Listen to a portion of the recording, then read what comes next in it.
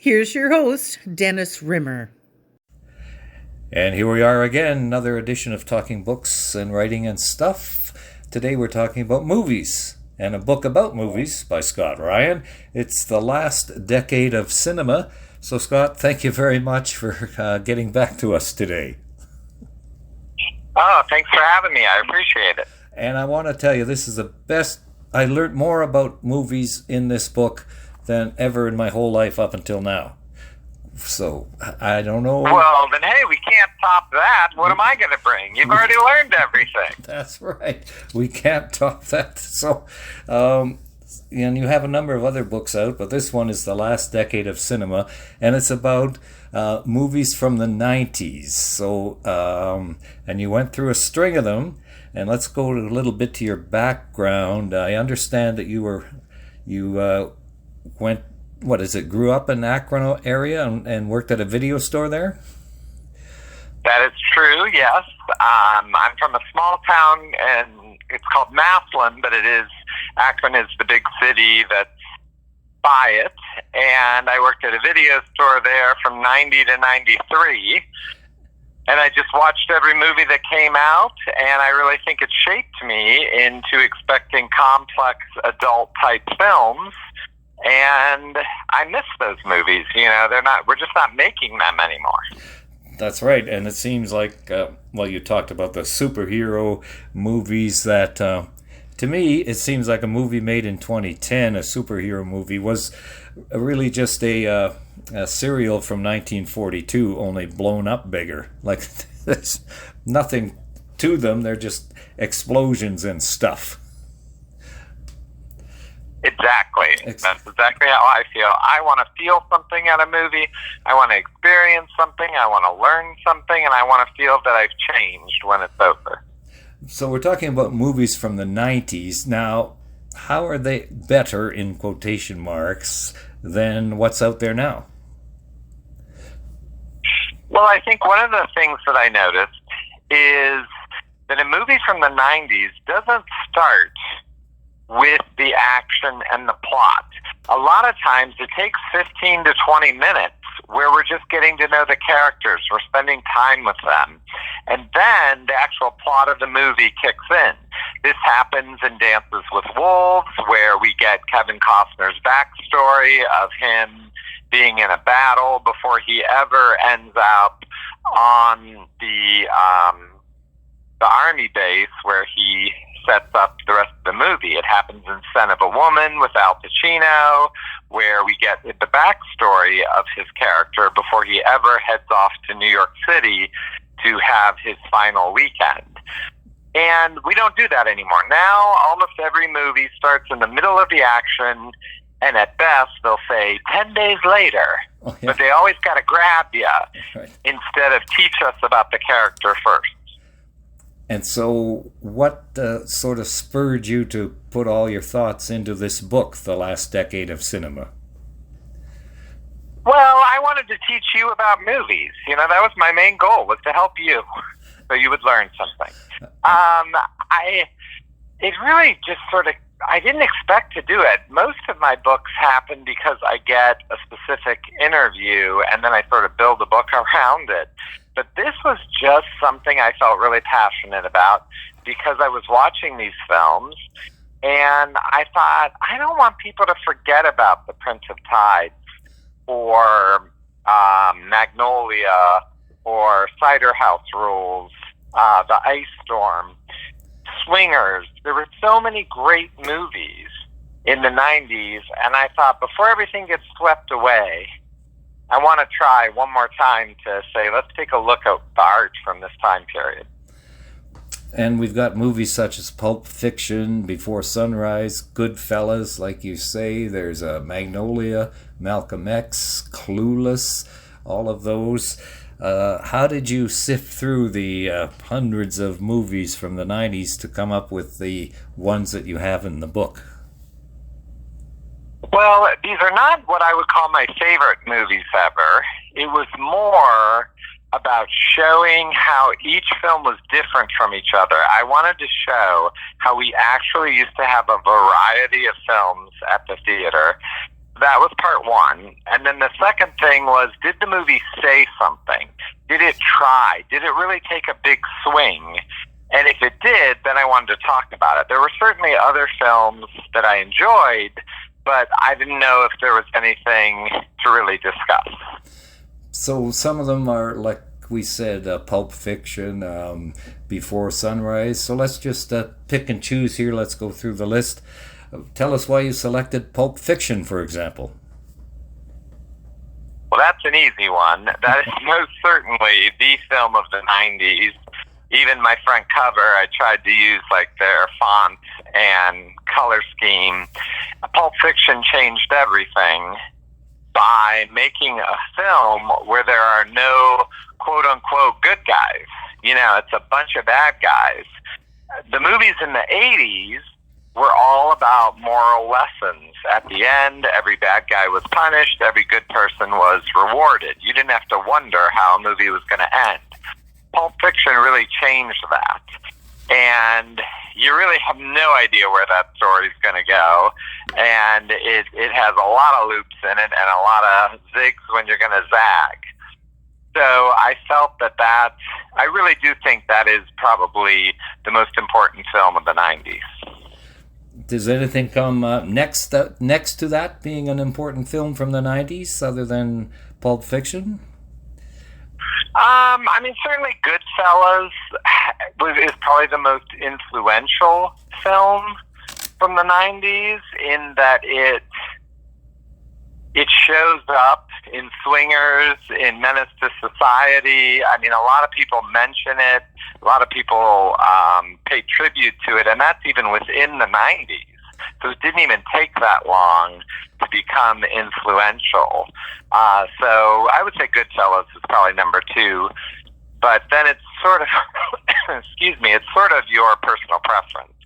Right, and Shawshank Redemption is on that list, and we just watched it again a couple days ago. Unfortunately, it's on a streaming service, which you don't seem to approve of too much. But Shawshank has a narration at the opening, as does Goodfellas. You kind of cater to or lean toward movies that have that kind of a opening or an appeal to them. I know. I really did end up picking a lot of movies that have narration, or maybe that was just the big thing that was happening in the 90s. I mean, Shawshank Redemption is just a perfect film. No matter how many times you see it, you go down that journey, and you want to spend time with Andy Dufresne and Red, and you love that friendship so much. How did you feel about watching it again? Oh, it was great, and I forgot what happened, and until the end, and I kind of figured out that, because I knew, having seen it before, what was going on behind the poster. But you say that it wasn't telegraphed, it wasn't given away. They didn't, flash back to a picture of a ham. I shouldn't tell listeners what's going on. No, I mean, they it's weren't been 30 any years. intercuts with the clues that sort of gave it away, and then you went, oh, right, I saw that, and they didn't really hit me over the head with it. Exactly, and that was one of my favorite things. When they make a movie now, they have dumbed it down that they gotta beat you over the head with it and tell you a bunch of plot points over and over again, and that's when I tune out of the movie. The Shawshank Redemption, Frank Darabont, who was the writer-director, it's based on a Stephen King story, he respected his audience, and that's why it comes as such a shock the first time you see that film. You're not expecting the twist. And the first time I saw Andy Dufresne was a feeble imitation of Morgan Freeman there. Your directors, your writers, actors, who do you put on the top of the list as let's say, directors from the 90s? It's so hard. I mean, really, all of the directors that I picked from, I really respect. I'll go with Mike Nichols just to go a different way. I mean, he did Postcards from the Edge in the 90s, and then Birdcage, which I do cover. I really think like Mike Nichols, who is famous for directing The Graduate in the 60s, he's really making complex films with real characters that are going through life changes, and we believe them. We never feel the hand of the writer. We go down the path with them. So what does a good director, bring to a movie? What's the job of a director? That's a good question, because I think it depends what kind of director you are. But if you boil it down, the director is going to make sure that all of the departments are on task to tell the story in the clearest, most respectful way. Can I get my story across to the audience through lighting, costuming, music, the acting, the sets, all of those things? He or she is managing all of these things. I think Barbra Streisand in The Prince of Tides is a great example where, the sets are beautifully lit and staged, and you believe that the characters that are in those sets that's exactly where they'd be. So can a good director make a bad script watchable? Probably not. I do think that it comes down to the writing. I mean, a bad script is going to be a bad script no matter what happens. I think the writing is the building blocks. I do think that a good director with a good script and a good cast can still make a bad movie. I think it's really, really hard to make a good movie. I think I say in the book how many movies came out in the 90s, and right now I don't remember the number, but it's something crazy in the thousands. Yes. And, I've whittled this book down to writing 25 long essays and then 30 short paragraphs. So the percentage is like 0.01, which is about how it comes out to be. It's really hard to make a good movie. So you went back and watched all of these, of course. How long did it actually take you then from start to finish to complete the project? About 4 years. I was working on other books while I was doing it because I really wanted to watch a bunch of movies, and I ended up watching 160 films, and I have in the back of the book, I list them all. Yep. Because I just wanted to get a sense of them, and I wasn't sure which ones I was going to cover. And honestly, I didn't watch a bad movie out of the 160. They all were good. And now that the book is over, I'm kind of miss it. Like, I really want to watch some more 90s movies. It's certainly something I didn't get sick of. Well, you could have the last decade of cinema 2, because nowadays they don't seem to give us a second title. It's just a 2 or a 3. Right. Or at least in the 30s they had Frankenstein, Son of Frankenstein, Bride of Frankenstein, The Return of Frankenstein.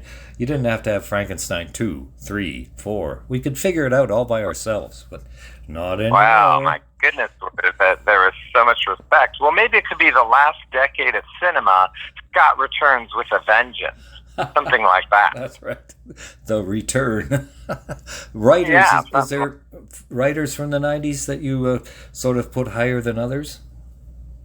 Well, I was so honored to get to interview Helen Childress for this book. She wrote Reality Bites with Winona Ryder and Ethan Hawke and Ben Stiller being the stars.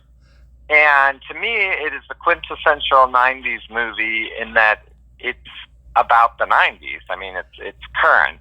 They were covering the culture at that moment. And her dialogue is so good. None of the friends say to each other, "I'm your friend since 4th grade. Remember we met when we were doing that paper route?"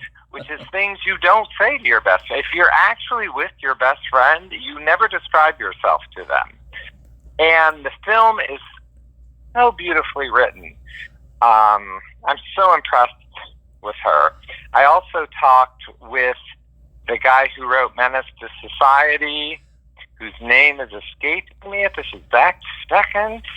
But he wrote a beautiful script for Menace to Society about life in South Central LA in the 90s.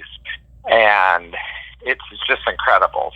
Also, Alexander Payne, I got to interview him. He wrote a movie called Citizen Ruth, but is more famous for writing Sideways. And so all of them are incredible writers. And a couple of actors that Tiger Williams wrote Menace to Society. Tiger with a Y. I knew it would come. That's yeah. Because the hockey player Tiger Williams is regular Tiger. Actors that come, you've got Ethan Hawke mentioned more than once. So what does he, is he kind of underrated? I think he is. I mean, it's kind of crazy that he's not really an award-winning actor, but everything he does is so believable. I mean, in Before Sunrise, you just believe that he is, this 20-something falling in love in Europe. And in Reality Bites, then he plays kind of a jerk in a rock band, falling in love with Winona. But he has such range, and I think he's incredible. Tobey Maguire is also in a lot of these movies because he's in Pleasantville, he is in Cider House Rules, and he's in The Ice Storm. His work in the 90s was incredible, I think.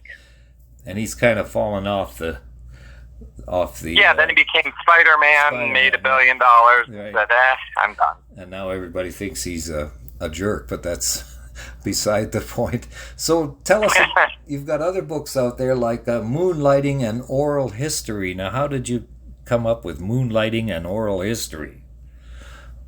Well, Moonlighting was one of my favorite shows in the 80s. It certainly influenced me as a writer, and certainly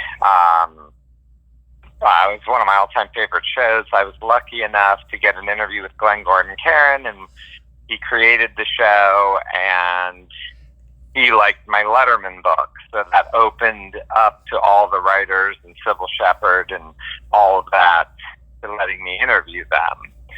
So that's how that book came about. Like, again, at my level, I got to get that interview first. That's the hard part. Like, let me in. I swear I'm going to do a good book about your art. So overall, talking with Scott Ryan, the last decade of cinema, is there any movie overall, not just from the 90s, that you would put in your top 5 of all time? I always say Broadcast News is my all-time favorite movie. It's written by James L. Brooks, stars Holly Hunter, Albert Brooks, and William Hurt. It's from 1987. So right in the front of my book, I said, look, I'm busting up my own theory by picking my favorite movie from the 80s. And here I'm saying the 90s is it. I love that film. I can watch it a million times. So, and then I also like Wonder Boys, which is directed by Curtis Hanson and stars Michael Douglas. And that came out in the early 2000s. So, they don't have to come from the 90s. I just think overall, that was the last decade when they were making movies for everyone, not just for superhero fans. Right, and that's what it seems to be. Or they're from Britain or Australia. But yeah, right. And speaking of Broadcast News, when I saw it, I thought that William Hurt was either the best actor in the world or the worst. So obviously he played that role of the anchor man to perfection, because I thought he was just vacuous, and it seems to be the way it is sometimes with those kind of folks. So, well, yeah, I mean, he's supposed to be an empty shell of a human, and he does it perfectly. Perfectly. Like, I went, what? Why is this guy even in this movie? He's terrible. Oh, he's supposed to be terrible. I get it now. So, right, and again, like, using that as an example, if they made that movie today, there would be a character that would just come right out and say, he's an empty shell of a human being. And They didn't used to do that. And that, as a writer myself, I just find that so offensive. Like, look, I'm getting it. And it's okay for the audience to go like, what's up with this guy? Right. I don't even get it. And then you realize, oh, the writer did that to make a point. And we're getting off track a bit here, but I also thought that Albert Brooks is the guy who wanted to be on air and then just got flop sweat like you wouldn't believe. Yeah. Oh my God. Because I kind of know the feeling. And we have all felt that way, you know. We've all wanted to be something, and you get the chance and you blow it. You know, it happens in life. One more before we wrap it up here, Scott Ryan. The last decade of cinema. Can you pick your all-time favorite movie then from the 90s, or is that too hard a task? It's a little difficult, and I know I shouldn't really be actually stopping to think about it, but I'm going to go with Magnolia. I end my book with Magnolia, and I think it's so beautiful. It's 3 hours and 10 minutes. It's over the top. It's ridiculous. It's dramatic, and I love every damn second of it. It's just, I love it. And it would never be made today. They would cut that movie down and say, you got to be kidding me. So if I had to pick, I would pick Magnolia today. Okay, and I've not yet seen that one. So on that note, we will end our discussion about the last decade of cinema with the suggestion to watch Magnolia and also to get the book. Just one more quick one before we go. What are you working on next, Scott? I'm working on a book about the music of Twin Peaks, which was a David Lynch show from the 90s and Mark Frost. And I'm covering all the songs that were in it and how television used to be scored, how that sort of sent television on a different path for the music. So. And is there a website or anything for Scott Ryan? Yeah, they can pick up the book at tuckerdspress.com or scottryanproductions.com. scottryanproductions.com. Got it.